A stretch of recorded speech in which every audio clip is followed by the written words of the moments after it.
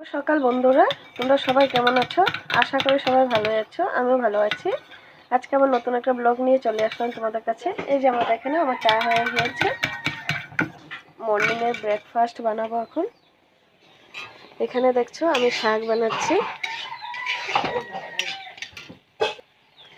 লাই শাক বানাচ্ছি। আজকে লাই শাক দিয়ে রুটি দিয়ে খাবো।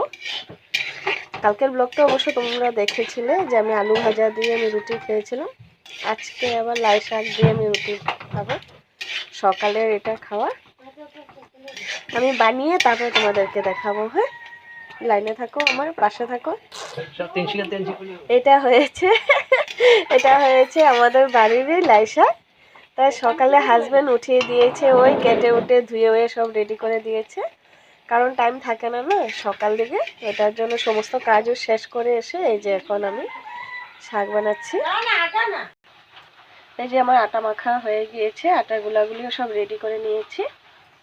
এখানে আমার তাওয়াটা গরম হয়ে গিয়েছে, এখন রুটি বেলে দেবো। আর বহুত ঠান্ডা পড়েছে আজকে, আমার সর্দিও পেয়েছে বহুত, কালকে থেকে জ্বর ছিল। তাও ব্লগ তো বানাতে হবে, আমাদের কন্টিনিউ এটা কাজ তো করতে হবে।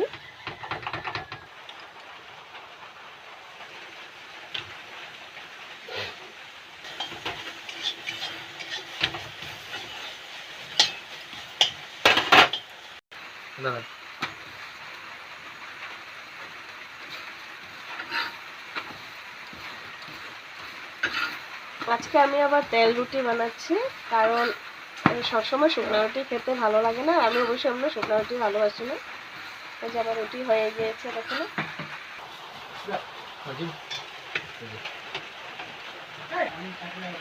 এই যে আমার শাক হয়ে গিয়েছে, এখন নামিয়ে নেব। শাক জিনিসটা অবশ্য অল্পই হয়ে যায়, এতগুলি কেটেছিল, কতটুকু হয়েছে দেখো না।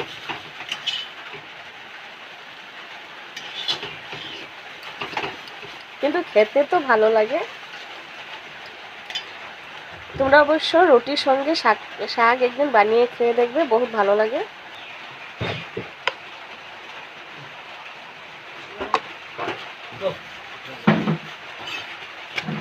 বছর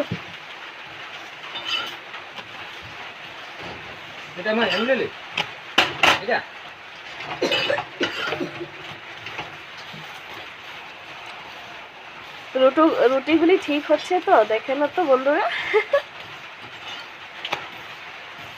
বলবে তো আমার ব্লগটা কেমন হয়েছে, মর্নিং এর ব্লগটা। এই যে আমার রুটি, শাক আর চা রেডি হয়ে গিয়েছে, তোমরা দেখেছো। যদি আমার ব্লগটা ভালো লাগে প্লিজ লাইক কমেন্ট শেয়ার করে দেবে, আর আমার পাশে থাকবে, তোমরা আমাকে ভালোবাসা দেবে। আমি আমার নতুন একটা ব্লগ নিয়ে তোমাদের কাছে চলে আসবো। ওকে বাই বন্ধুরা, তোমরা সুস্থ থাকো, আশীর্বাদ করবে ভগবানের কাছে যেন আমিও সুস্থ থাকি।